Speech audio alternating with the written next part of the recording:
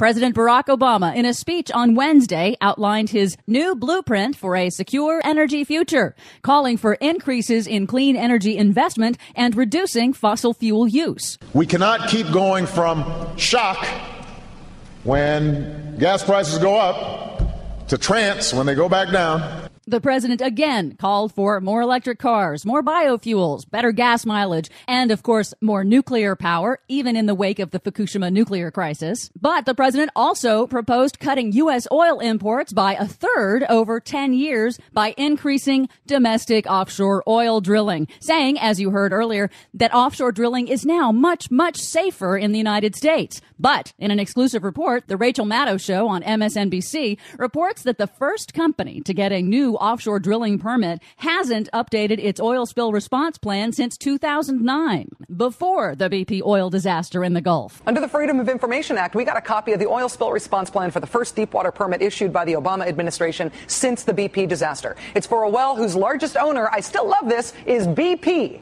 The well operator is Noble Energy. And this is their oil spill response plan for a permit that was issued last month. Their oil spill response plan is dated September 2009, 8 months before the Deepwater Horizon disaster. Whatever lessons we learned from that disaster, you will not find them in here. Not unless you can bend the space-time continuum.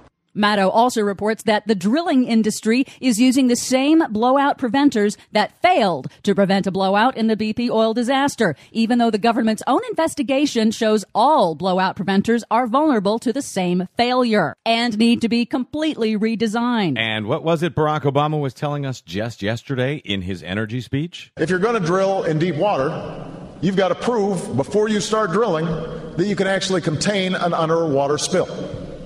That's just common sense.